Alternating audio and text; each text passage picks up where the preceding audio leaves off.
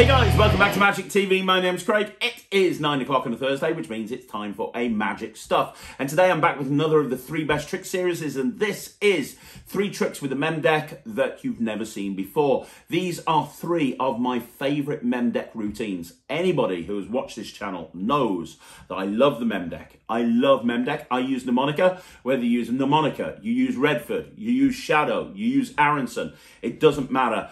There are so many wonderful routines that you can do with a Mem Deck. And you see, a lot of people don't even do a Mem Deck. And the ones that do typically do the same routine, and that's it. And that's all they do. They do the one routine. But there is so much more you can do. And I'm going to present to you today 3 routines with a Mem Deck that you've probably never seen before.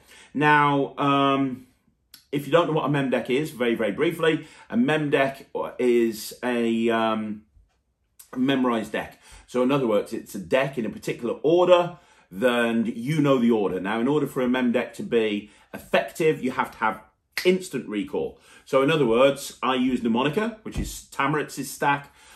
So somebody says to me 32, I know that's the Jack of Diamonds. I just know instantly. So if you wanted the 4 jacks, I know the Jack of Diamonds is at 32. I know the Jack of Hearts is at number 20. I know the Jack of Spades is at, oh my gosh, 46. And I know the Jack of Clubs is at 36. Yes, that's right. Is it 46? Yeah, 46. 46? 46? I've had a mental blank. Oh my gosh, this never happens. No, it's a 46. Yes, 46. Of course it is. The point is, you know the order of the cards instantly. Somebody says to you a number, you know what the card is. Someone says a card, you know what position it is in the deck. And the way to make a Mem Deck work for you is constantly be working on it. So every single day, I'm kind of in my head going through Mem Deck. I'm going through the order of the cards, because what you don't want to do is learn a Mem Deck and then forget the order, because that would just be an absolute nightmare, and that's something that I've done in the past. I'm not going to go any more into actually learning a Mem Deck. If you want to know more about that, I did a video on this channel a little while ago, and it was the hows and whys of Mem Deck magic, and it was all about how to learn a Mem Deck, how to perform routines with the Mem Deck. There was a whole bunch of stuff. So you can go check that out. It's a very long video. It's well worth watching. Today, I'm just going to highlight 3 tricks that I don't see anyone else doing with a Mem Deck that really are killer. So without further ado, let's have a look at the first trick.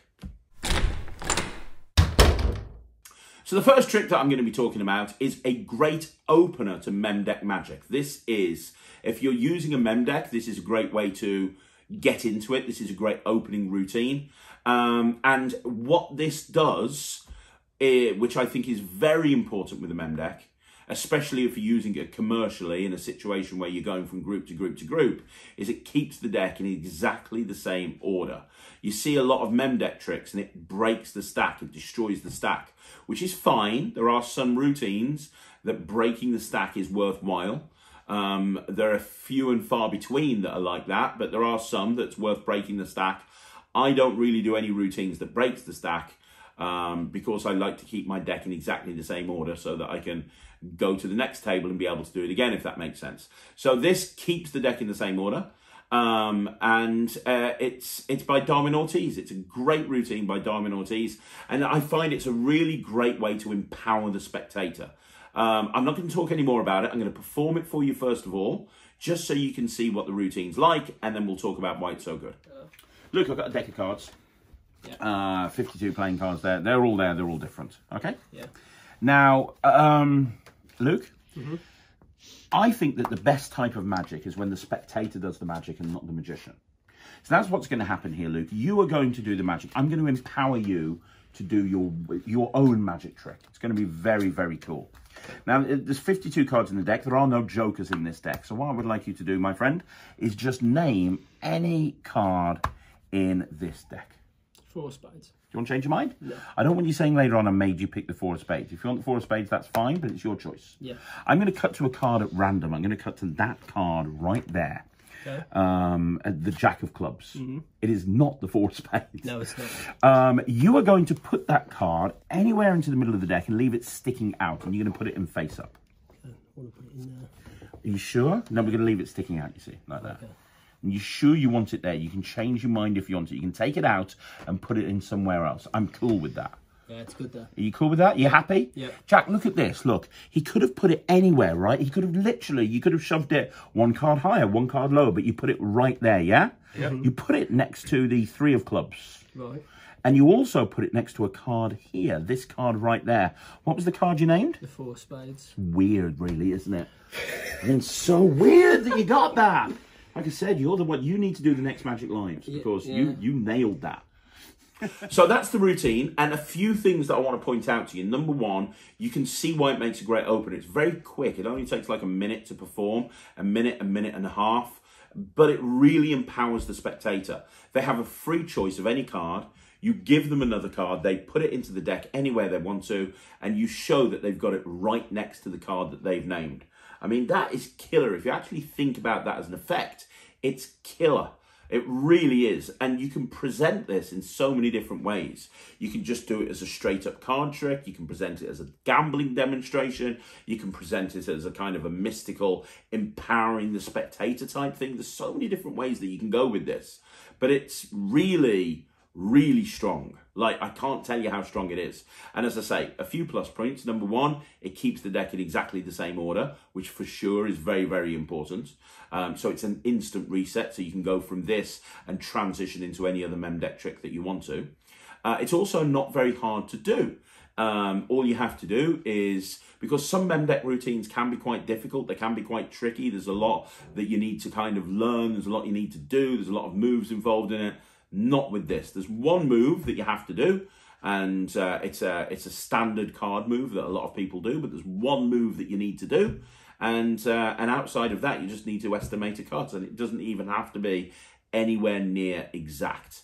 And yeah, as an opening routine, it's quick, and it's really mind-blowing. You don't need a table. You can do it in the spectator's hands. If you want to use a table, that's absolutely fine, but you don't have to.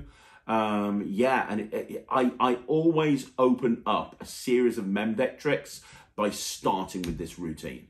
There's very few routines that I've found that are as powerful as this when you're using a Mem Deck. So it's easy to do, it's really effective, and you don't see many people doing it. You know, a lot of the time when you see people doing a Mem Deck trick, it's that thing that, you know, a lot of people do it. Bill Malone had a version of it where you get the spectator to cut 3 packets of cards, and you get them to look at the card and you tell them what card they're looking at and that sort of thing. And it's great. There's nothing wrong with that routine, but there's so much more that you can do with a Mem Deck. And this is a perfect example of something that really baffles people when you perform it for them. So that's the first routine with the Mem Deck that you've probably never seen before. Now let's move on to the second routine. Okay, so the second routine with the Mem Deck that you've probably never seen before combines 2 tricks into one routine. So 2 people that are really profound and prolific when it comes to creating Mem Deck magic is Matt Baker and Pitt Hartling. Now, they both brought out books on magic with the Mem Deck. Pitt Hartling brought out a book called Order to Amaze, and Matt Baker brought out a book called the Buena Vista Shuffle Club. Both of them are great books. Now, they both had an estimation style routine, both very different from each other. What I did is I combined those 2 routines into one. So I took the first 2 phases of Matt Baker's routine, and I took the final phase of Pitt's routine. I put them together. I've changed a couple of little bits, but not really that much. And then the premise about Card College, which is a genius premise, is all Matt Baker. So this is an amalgamation of, which is why you're probably not going to see anyone else do this before, because I kind of stuffed 2 routines together into one. I'm going to perform it for you first of all. It is probably, it's probably my favourite Mem Deck trick. I'm trying to think. Yeah, it's probably my favourite Mem Deck trick. It's killer. I absolutely love it. And what I like about it, and you'll see this in a minute, it's not about finding a spectator's card. It's nothing to do with finding a spectator's card, which is why it's a perfect follow-up to the Darwin Ortiz trick that I talked about earlier on. And it is an absolute perfect follow-up. So let's have a look at that, and then we'll talk about it. Luke, we're going to do something here. You know that I do a lot of card magic, right? Yeah. A lot of people ask me, how do you become a card magician? Yeah. Well, the answer is you have to go to this place called Card School. You ever heard of Card School before? No. You go to Card School, and when you've been to Card School, you will learn how to actually be a card magician. But there's 3 things that you've got to be able to learn at Card School, and until you do those 3 things, you can't graduate. Right. And when you've done the first thing, you then move on to the second thing, you then move on to the third thing. So the first thing that you have to learn at Card School, the first important thing, is estimation, which is the art of estimating how many cards people cut. It looks like this. Cut about half the deck. It can be less, it can be more. It's totally up to you. But cut some cards into my hand. And if I just weigh these, I can tell you there's 16 cards. Take them and deal them face up onto the table one at a time and count them. 2, 3, 4, 5, 6, 7, 8, 9, 10, 11, 12, 13, 14, 15, 16. Right? Now, you've got to be able to do that every single time. Doing that, mate? Well, one time would be a fluke. It's the first lesson in Card School. You have to do it every single time immediately, just by weighing the cards. So cut a few cards. It can be a few. It can be a lot. It's totally up to you. See, that's... Ooh, couple less. There's 14 there. 14? Yeah. 1, 2, 3, 4, 5, 6, 7, 8, 9, 10, 11, 12, 13, 14. Yeah, so when you can do that every single time, that is phase 1. That's the first thing that you learn in Card College. Right. Okay. Now, the second class that you then have to learn, once you've learned estimation, the second thing that you have to learn is you have to be able to have someone give you a number and instantly be able to cut that many cards. So you just have to... So, for example, if you said 13, I would do that, boom, and there's 13 cards there. Count them. 1, 2, 3, 4, 5, 6, 7, 8, 9, 10, 11, 12, 13. Which is crazy, right? Now, the thing is, I said the number 13, so maybe this somehow I was cheating or something. Right. So you give me a number. Give me a number. You can be in the middle, slightly higher, slightly lower. I don't really care. 22. 22, you sure? Yeah. That's kind of, that's a bit tough. That's probably around about there. 22. There you go. 1, 2, 3, 4, 5, 6, 7, 8, 9, 10, 11, 12, 13, 14, 15, 16, 17, 18, 19, 20, 21, 22. There you go. So when you've learnt that, you then go on to the third part. Now, the third part, very few people can do. It's why so few people actually pass Card College, you see. Okay. The third thing, the hardest thing, is that you've got to be able to predict the number of cards somebody would cut before they even cut them. Okay. So I'm going to predict how many cards you're going to cut in a bit. I'm going to get you to cut, you know, it can be, I don't know, somewhere in the middle. It can be less than somewhere in the middle. It can be like anywhere between 10 and 30 cards, something like that. And I'm going to predict exactly where you cut. Now, the problem is, if I said you're going to cut 11 cards, you could purposefully screw me up by cutting a whole bunch. So what I'll do is I'll make a prediction. I'm going to take out 3 cards. And when you add the value of these 3 cards together, the total will come to the amount of cards you're going to cut. Do you understand? Mm-hmm. So I'm looking. I think that's right. The total of these 3 cards will come to the amount of cards you're going to cut. Seriously. Right. So what I want you to do is cut into my hand. Are you happy here? You can put them back if you want to. No, I'm happy with that, mate. You're happy? So hold on to them for a minute. Mm-hmm. Now, just think about this for a minute. You could have cut anywhere you wanted to. I can still give you a chance to check. If you want to change your mind, that's fine. Yeah. Are you sure? Yeah. And I want everyone to remember, I put those 3 cards down on the table before you cut. Do you remember? Yeah, yeah.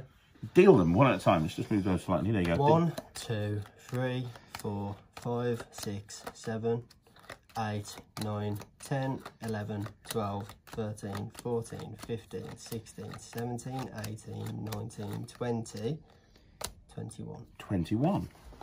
And I put these 3 cards down here at the beginning. Yeah. Now, the first card is an ace. Now, an ace can be a 1 or an 11. In this case, I actually have it as an 11. Okay? So, 11 plus 9 is 20. And you cut 21, didn't you? Yeah. And this last one is a 1. Because I'm counting that as a 1, not as an 11, that would be 21. And then, when you can do that, that's when you pass Card College. There you go. Wizard. That's it. I'm like Harry Potter. Okay, so let's talk about what's great about this trick. First of all, the premise, the hook line. I've talked on this channel over and over and over again about the importance of having a really strong hook line. This is an incredible hook line. This whole thing about card college, people buy into it. They really do. They think that it's an actual thing. And even if they don't and they realize that, you know, it's just a presentational hook, they appreciate, they appreciate that. So that's the first thing. The second thing is it keeps the deck in order, which is really important. I've talked about this before, but it keeps the deck in order. Third of all, each phase builds. If you look at the routine, the first phase where they just cut off the cards and you weigh them and you tell them how many cards, that's great. Like, that's great right there. Unless you've done that, you don't realize just how strong a moment that is when they just hand you some cards and you go, yep, 18 cards or whatever it may be. And although there's a lot of dealing in this routine, and I have spoken to magicians about this in the past, friends of mine, and they've said there's a lot of dealing, and there is a lot of dealing, but it's not like, you know, the 21 card trick, right? Okay, let's deal, now let's pick them up and deal again. It's not like that. There's a certain sense of anticipation when you're doing the dealing, right? If that kind of makes sense, because you're dealing through the cards, or they're dealing through the cards, and you said to them, hey, there's 18 cards in this pile, and then they're dealing and there are 18 cards. You can kind of see everybody looking, is it going to be right? Is it going to be wrong? They don't realize until you get to that last card. Then the second phase, where, you know, they give you a number and you cut to that number, that's just a really strong follow-up. And again, when they're dealing like that and they're dealing through the cards, it's like, oh my gosh, is this going to work? Is it not? And then the final phase, which is the Hartling phase, I love that. You know, I love the idea of saying, right, I'm going to predict how many cards you cut, which is a ridiculous concept. You know, the first two things that you've done, maybe, possibly, it's plausible. With practice, you can maybe weigh a deck of cards and tell them how many cards are there. But then you get into this, where you're predicting the amount of cards that they've actually going to cut. That's just impossible. That's just ridiculous. And then you do it and you're correct, and it's like, wow, that's killer. And it is killer. It is absolutely killer. That final thing is killer. And then you just put the cards back and you're instantly reset, and you're into Mem Deck order, and you're ready to go into whatever else routine that you want to do. So yeah, it's for sure, it's a really strong routine. Really, really strong routine. And it builds really well. It really does build. Although you don't really need a table. I've done this without a table in the past. You can have spectators deal the cards into your hand or into somebody else's hands. You can do it. It's nicer if you've got a table, to be perfectly honest, but it's not really that important.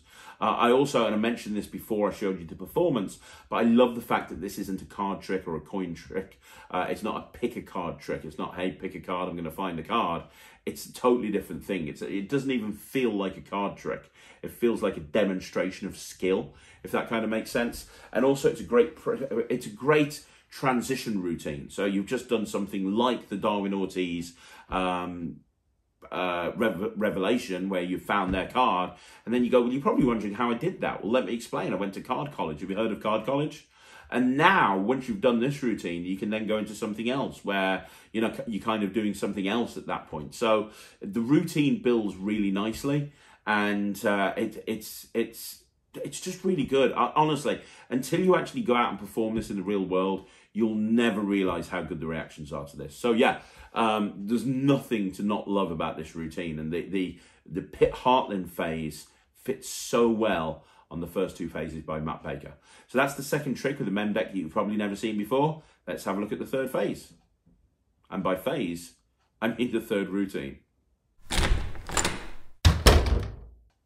Okay, so the final routine is something that I've done for a very, very long time. This is a routine that I've been performing for a very, very long time. Hartling has something similar, but very, very different as well. He has something similar but different. Pitt's is way more difficult than my version. My version is very, very easy. My version it was designed to be done walk around. So you're going to see me using a table, But when I do it normally, it's a walk around piece. I give somebody the box to hold on to. I'm putting the cards inside the box and getting them to hold on to the box and guard the box. I don't need a table for this. And that's what I love about this routine. There's no table required. And it's a really nice prediction system. It's a one ahead system that's really clever. It's really kind of interesting use of a Mem Deck that uses a Mem Deck in a way that you wouldn't normally use a Mem Deck. A lot of the time, a Mem Deck is used as an open index. What card are you looking for? 5 of diamonds. Look at that. I can cut the deck at 5 of diamonds. That's 25 cards down. How amazing is that? That's not the case with this. Yeah, well, I think the best thing to do is for me to perform it for you. So show you a performance. So I'll perform this for you, and then we'll talk about what I like about it. And Luke, it uses a deck of playing cards. Okay. Yeah. And I'm going to try and predict the choices that you're going to make from this deck, which sounds incredible.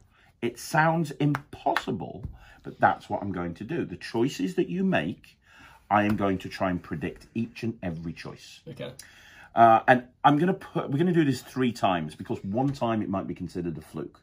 So we're going to do it 3 times. So I'm going to take a card, and I don't want anyone to see what the card is. This is my prediction. I'm going to pop that card right there inside the card box. We'll get back to it in a minute, okay? Yeah. Now, you now get a choice of any one of these cards. You're not going to look at it either, but just touch any card.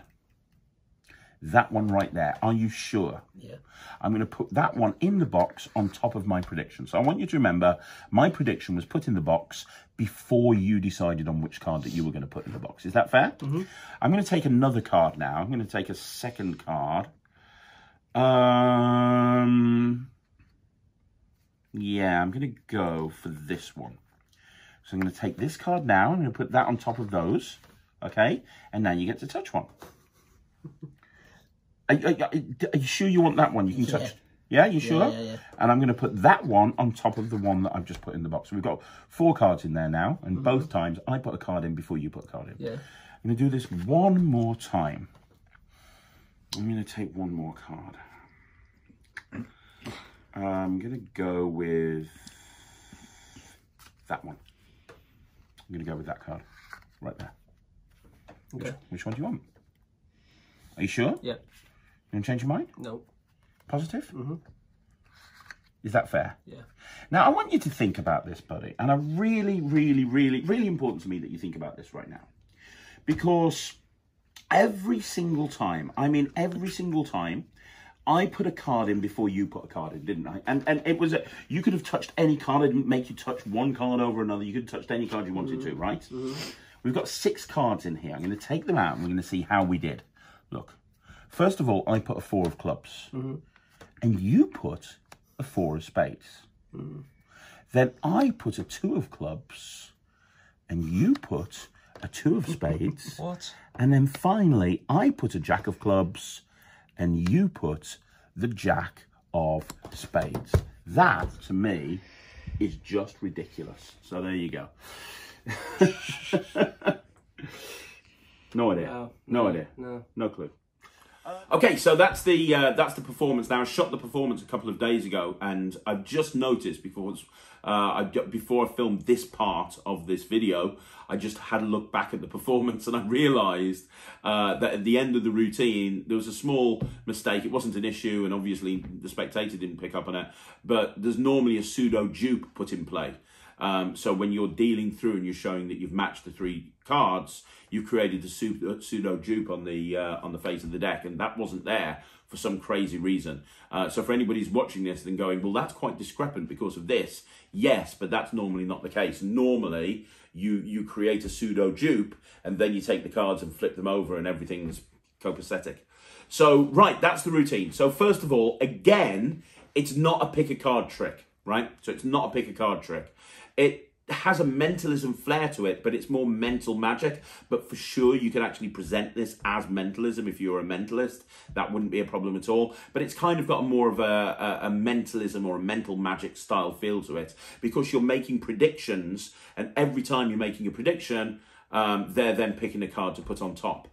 it's nice because of the structure of the routine. You are genuinely putting a card down before they put their card down. You're then putting a card down before they put that, and you're doing that 3 times. And then with no moves, you're taking those cards out of the box that the spectators held onto the whole time, and you're showing that they match. It really is a baffling head scratcher.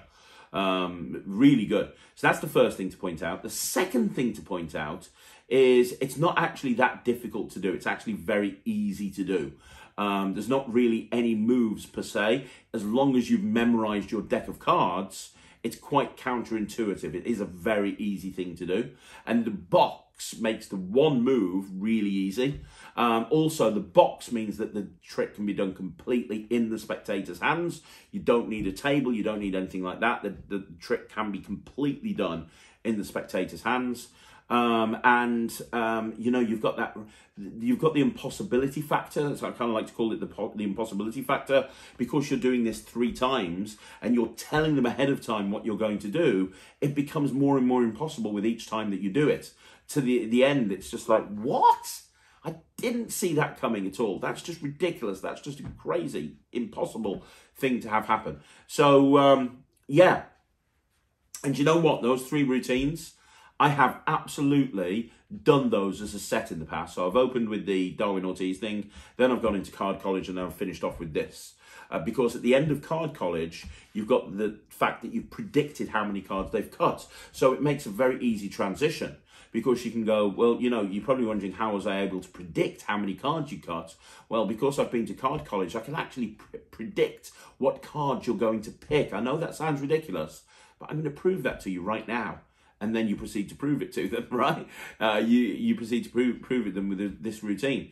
And again, the first routine transitions really nicely into the second routine. You're probably wondering how, you know, how I was able to influence you to find that card, because obviously I influenced you. Well, it's because I went to Card College. Have you heard of Card College? So the 3 routines kind of go really well as a set.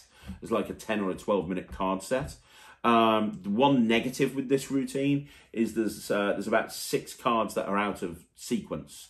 I just dump the cards on the face of the deck, and then as I walk away, it's a 30-second reset. I just need to put the cards back where they belong. But I wouldn't follow this routine. This is a closer for me.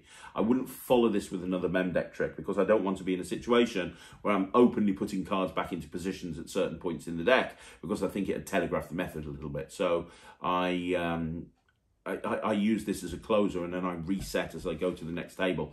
It's not hard to reset 5 or 6 cards. It's not like I'm having to reset the whole deck, right? But yeah, I mean, it's very, very, very practical. It's a very practical routine. It's one I love performing, and that is your 3rd trick with a Mem Deck that you've probably never seen before.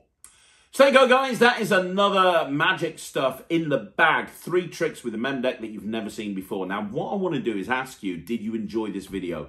Because I can think of at least another 2 videos worth of Mem Deck tricks that you've probably never seen before that I can present to you over the next few weeks on magic stuff. So if you would like to see another video like this, please let me know in the comments down below. If you'd like me to do another video on Mem Deck tricks that you've probably never seen before, let me know in the comments down below. If you do want to spend more time learning a Mem Deck, then please go check out the Hows and Whys of Mem Deck Magic. And also let me know in the comments down below, do you do a Mem Deck? Do you? If you don't, why don't you? Is there a reason you don't? Because a lot of people say to me, I'd love to do a Mem Deck. I'd love to have a Mem Deck routine. I'd love to be able to memorize a deck of cards, but it's too much like work. Ryland does 3 Mem Decks. He has instant recall of Aronson, Redford, and Tamaritz, although he uses mainly Tamaritz. So if he can do it, you can. There's no reason to not learn a Mem Deck. But let me know down below if you do one or not. And if not, why not? And also let me know what you think of this video. If you want to see more videos like this, like the video, subscribe to the channel, leave a comment down below. And I'm going to be back again tomorrow at 2 o'clock with the shorts, 6 o'clock with live, and then at 9 o'clock with a review show revisited. One more time, thank you very much, guys. Have an amazing day. My name's Craig from Magic.